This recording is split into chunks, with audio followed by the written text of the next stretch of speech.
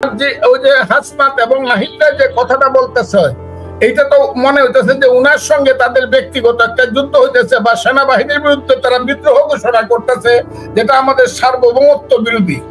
কথাটা খুব ক্লিয়ার, কারণ তারা তো সারা পৃথিবীর বাস্তব অবস্থাটা বুঝে কথাটা বলতেছে। আমাদের সার্বভৌমত্বের প্রতীক যারা, তারা এই দেশটা তো আমাদের দেশ না, এই দেশটা তো মুক্তিযোদ্ধাদের দেশ না, এই দেশটা গণতন্ত্রের দেশ না, মানুষের কোনো দেশ না, হিউম্যান বিইং এর কোনো দেশ না। এটা তো হলো এই দেশের হিজবুত তাহরির জঙ্গিবাদীদের, এই দেশটা তো হলো অমানুষদের দেশ। এই যে একটা ভীতিকর পরিস্থিতি, মধ্যযুগীয় বর্বর পরিস্থিতি বাংলাদেশে সৃষ্টি হয়েছে এবং এরা করছে, এর থেকে পরিত্রাণ পাওয়ার জন্য আল্লাহর কাছে যে মানুষ কত দোয়া করে এটা আপনি কল্পনা করতে পারবেন না। কিন্তু আপনি জানেন যে বাঙালি জাতি যখন ঘুমায় কিছুটা কুম্ভকর্ণের মতো ঘুমায়, এবং তাদের মধ্যে একটা ভীতি, 5ই আগস্ট কেন্দ্রিক একটা মারাত্মক ভীতি কাজ করতেছে।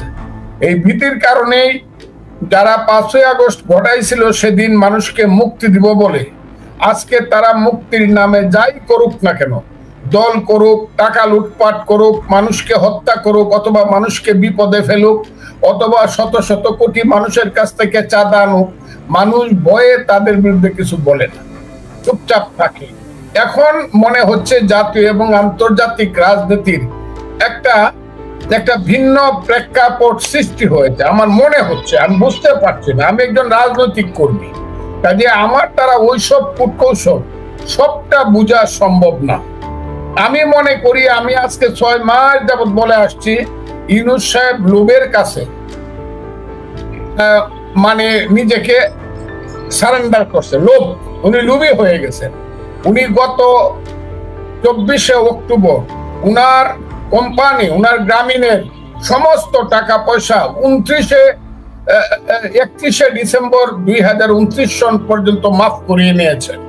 উনি সবকিছু উনার নিজের জন্য করছেন এবং অনির্দিষ্ট কালের জন্য উনার অনির্বাচিত ক্ষমতাকে যাতে দীর্ঘায়িত করা যায় তার জন্য যত কূটকৌশল করা সবকিছু ইউনূস সাহেব করছে বলে আমার মনে হয়। কাজে আমি যে একদিন ইউনূস সাহেব সম্পর্কে বলেছিলাম যে 10 জন প্রধানমন্ত্রীকে যোগ করলে তৃতীয় বিশ্বে যত উঁচু হয় তার চেয়েও ইউনূস সাহেব অনেক উঁচু মাপের মানুষ, ক্ষমতার মোহনায়। আমার কাছে মনে হচ্ছে আমার 61 বছরের অভিজ্ঞতায় আমি এই কথাটি বোধহয় ভুল কথা বলেছিলাম।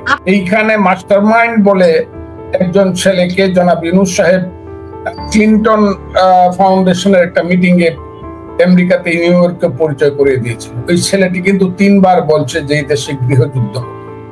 আপনি দেখেন আপনার এখানে যে স্টলটা উঠছে, আজ সারাদিন সেনাবাহিনীও হাসনাত নাহিদরা মুখোমুখি। এটা হতে পারে সেনাবাহিনীর মুখোমুখি কোন পাবলিক, কোন রাজনৈতিক দল? কারণ সেনাবাহিনী তো আমাদের সার্বভৌমত্বের প্রতীক, আমাদের সার্বভৌমত্বের প্রতীক হইল সেনাবাহিনী।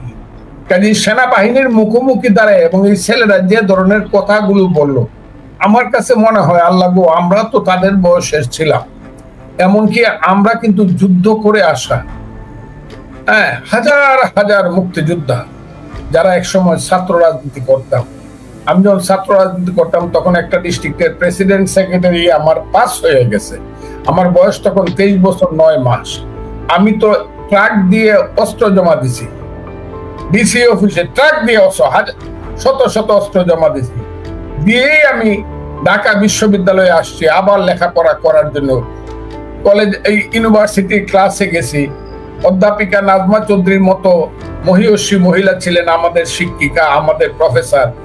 জাতীয় অধ্যাপক আব্দুর রাজ্জাক, বিশ্ববিখ্যাত ব্যক্তি যারা আমাদের শিক্ষক ছিলেন, তাদের পায়ের কাছে বসে জ্ঞান অর্জন করার চেষ্টা করেছি। কিন্তু কোনোদিন তো বলি নাই যে আমাদেরকে রাষ্ট্রের কিছু ক্ষমতা দাও, আমরা যেহেতু যুদ্ধ করছি।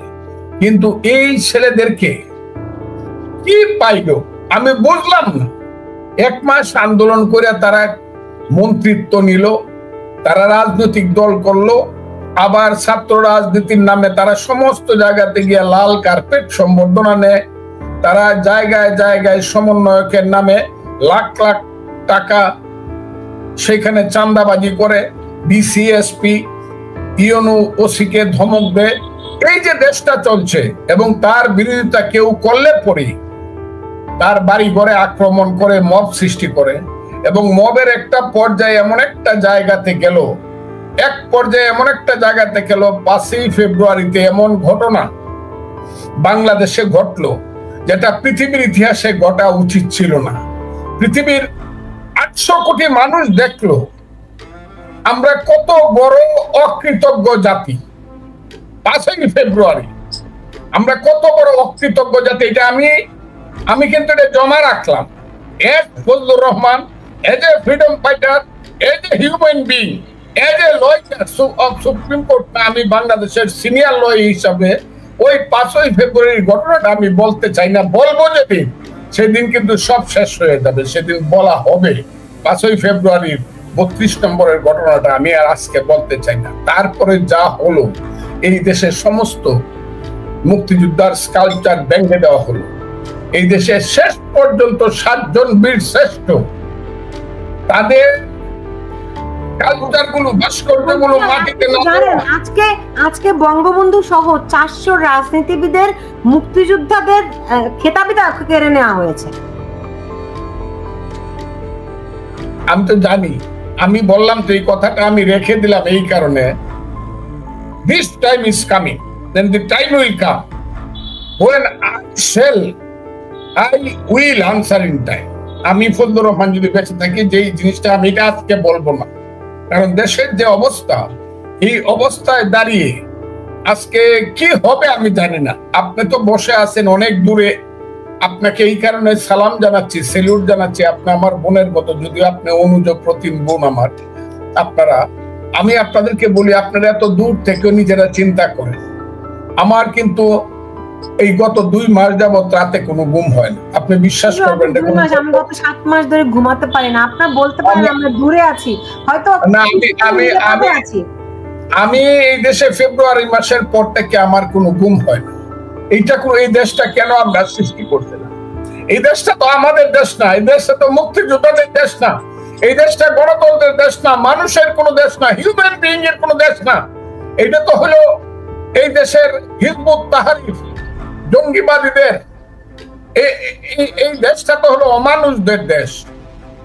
এই দেশটাতে আমরা বাইচে আছি কিভাবে আমি জানি না। আমি তাই আজকে আপনাকে একটা কথা খুব ক্লিয়ারলি বলি, কি হবে আমি জানি না, তবে আমার ধারণা আল্লাহ সত্য, আল্লাহর পৃথিবী সত্য, আল্লাহর সর্বশ্রেষ্ঠ সৃষ্টি হইল আশরাফুল মখলুকাত মানুষ। যতদিন এই দেশে আশরাফুল মখলুকাত মানুষ থাকবে, এই দেশ ভালো হবে। এই দেশ শেষ পর্যন্ত মানুষ জিতবে, মুক্তিযুদ্ধের পক্ষে মানুষ জিতবে। এটা আমি, কারণ মুক্তিযুদ্ধ সত্য, এবং সত্যের এবং ন্যায়ের পথে একদিন মুক্তিযুদ্ধ হয়েছিল। আমি সবসময় কথাটা বলছি যে আওয়ামী লীগকে যে নিষিদ্ধ করতে চান, আওয়ামী লীগের তো সর্বশেষ 43% ভোট ছিল। সেই 43% ভোট তো বাংলাদেশের প্রায় অর্ধেক। 2008 সনের কথা আমি বলছি, 43% ভোট ছিল। ধরেন 10% ভোট যদি আমি ছেড়ে দিই, তাও তো 30-33% ভোট আওয়ামী লীগের আছে। সেই 30-33% ভোট তো একটা রাজনৈতিক শক্তির জন্য একটা মস্ত বড় ফ্যাক্টর, একটা দেশের জন্য ফ্যাক্টর। এবং এই 30% লোককে বাদ দিয়ে কি এই দেশে আপনি সাধারণ ইলেকশন করবেন? এবং সেই সাধারণ ইলেকশন কি দেশে বিদেশে গ্রহণযোগ্য হবে? আমরা কি এমন একটা জাতি বা দেশ, যে দেশ বা জাতি পৃথিবীর থেকে একদম বিচ্ছিন্ন? আমরা কি মঙ্গল গ্রহে বসবাস করি? আমরা কি ঊর্ধ্বলোকে বসবাস করি, চৌথ আসমানে, যে পৃথিবীতে আর কেউ নাই, শুধু আমরা আছি? সারা পৃথিবী কি দেখছে না এই দেশে 5ই আগস্টের আগে কি হয়েছে এবং 5ই আগস্টের পরে কি হচ্ছে? এখন যদি আমরা আবার বলি যে না, শুধু আমরা আর মামুরা মিলে একটা ইলেকশন করবো আর কাউকে আসতে দেব না, তাহলে সারা পৃথিবী থেকে জিনিসটা গ্রহণযোগ্য হবে? এবং আমাদের শক্তি কি এই লেভেল পর্যন্ত আছে, যে লেভেলে আমরা সারা পৃথিবীর সমস্ত ইচ্ছা অনিচ্ছাকে অ্যাভয়েড করে আমরা একটা রাষ্ট্র ব্যবস্থা পরিচালনা বাংলাদেশে থেকে করতে পারবো? আর যে ওই যে হাসনাত এবং নাহিদরা যে কথাটা বলতেছে, এইটা তো মনে হইতেছে যে উনার সঙ্গে তাদের ব্যক্তিগত একটা যুদ্ধ হইতেছে, বা সেনাবাহিনীর বিরুদ্ধে তারা বিদ্রোহ ঘোষণা করতেছে, যেটা আমাদের সার্বভৌমত্ব বিরোধী। কথাটা খুব ক্লিয়ার, কারণ তারা তো সারা পৃথিবীর বাস্তব অবস্থাটা বুঝে কথাটা বলতেছে। আমাদের সার্বভৌমত্বের প্রতীক যারা, তারা এই জায়গাতে আমাদেরকে বুঝতে হবে। এখন আবার দেখতেছি একজন বলছিল আওয়ামী লীগকে মাফ করে দিলাম, প্রথম খুব সমালোচনা হয়েছিল একটা দলের সভাপতি বা আমির। আজকে আবার উনি দেখলাম কিছু কথা বললেন, সব কথা আমি ধরবো না। উনি বললেন যে 54 বছর আগে কি এই কারণেই আমরা মুক্তিযুদ্ধ করছিলাম। উনি কবে কবে মুক্তিযুদ্ধ করছিল? কবে উনি কবে মুক্তিযুদ্ধ করছিল? উনার পূর্বপুরুষরা যারা জামাত করত, তারা তো এই দেশে সশস্ত্র ভাবে আলবদর রাজাকার আলসাম সৃষ্টি করে বাংলাদেশের মুক্তিযুদ্ধকে যারা চিরদিনের জন্য অস্তমিত করতে পারে, তার জন্য তারা সাধারণ মানুষকে হত্যা করেছিল, মা বোনদেরকে ধর্ষণ করেছিল, বাড়িঘর পুরো ছারখার করেছিল, এবং যখন মনে করেছিল যে যুদ্ধের জয় বাঙালিদের জন্য স্বাধীনতা অবশ্যম্ভাবী, তখন তারা 10 থেকে 16 তারিখ পর্যন্ত বাংলার সুসন্তান বুদ্ধিজীবীকে হত্যা করে বাংলার মস্তিষ্ক শূন্য করে দিয়ে গিয়েছিল।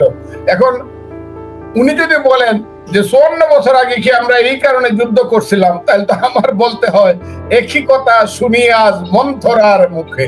এই কথাটা বলা ছাড়া তো আমার কোনো পথ নাই। উনি যদি বলে 54 বছর আগে কি আমরা এই কারণে মুক্তিযুদ্ধ করছিলাম, এখন উনার মুক্তিযুদ্ধ কোনটা, এটা আমাকে জিজ্ঞাসা করতে হবে। আমি তাই মনে করি বাংলাদেশ এখন সুস্পষ্ট কথা হলো এইখানে একটা ডেমোক্রেটিক সিচুয়েশন সৃষ্টি করা, এইটা নিজে ইউনূস সাহেব এইটাকে উৎসাহিত করছে, নিজে একটা দল করছে।